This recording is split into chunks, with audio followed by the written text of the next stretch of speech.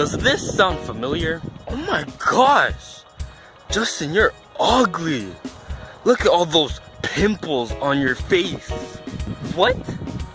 You, who are you to talk? Fatty, stupid!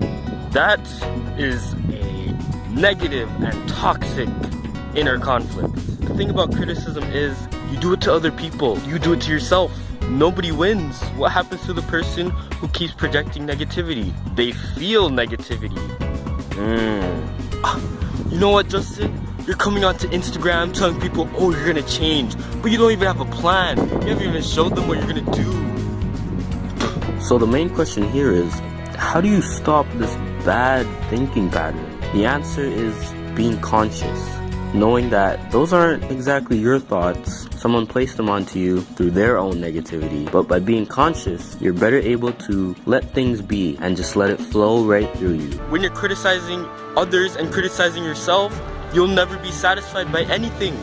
You'll be striving for perfection, and perfectionism will cause you to stop. You're not going to be able to move forward because it's not perfect. You're not going to do what's better because you want to do what's perfect. But what you can do is do something better. Criticism breeds perfectionism. And that's one of my biggest problems, and it causes me stagnation and analysis paralysis. Striving for perfection is not the key to growth. And that's one of my core values, which is why I am embarking on the 30-day criticism consciousness challenge.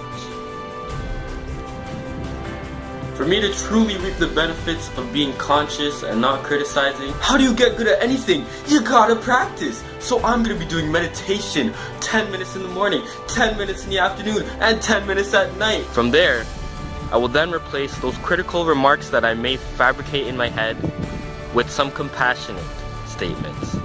Statements that show accepting and forgiveness and just letting things be the way they're supposed to be. As some of you may have noticed, I always have a hair tie on my wrist. It is beat up, but this is the perfect symbol for what I'm trying to accomplish. You're being worthless. Come on. Criticize, your future dies.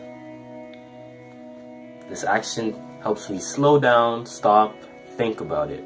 And the mantra allows me to remember what my purpose is for this challenge. Clearly, you can't change what's out of your circle of control. So don't criticize it and work towards being more forgiving in everything you do. Change yourself, thereby changing everyone around you for the better. Because what you're essentially doing when you're criticizing is you're limiting yourself. If there's one thing I want you to take from this video, all in all, is that when you criticize, you are limiting endless possibilities. When you're criticizing yourself or others, you are making a box in your mind that is labeled in a negative context. You're putting a static label on the box, assuming that that person cannot change, that you cannot change. But you don't have to. Self-compassion is the real way to grow. Coming from a place of self-punishment, this is it. And it starts today. And when I post this on June 2nd, I am taking my first step forward. Hopefully, by making you guys my accountability partners, I will be able to move forward and do this challenge with no resistance. So I invite you to be compassionate and embrace your imperfections, because that's all we have. There's no such thing as perfect. Living a life without resistance is living a life without criticism. Replacing criticism with compassion is my goal.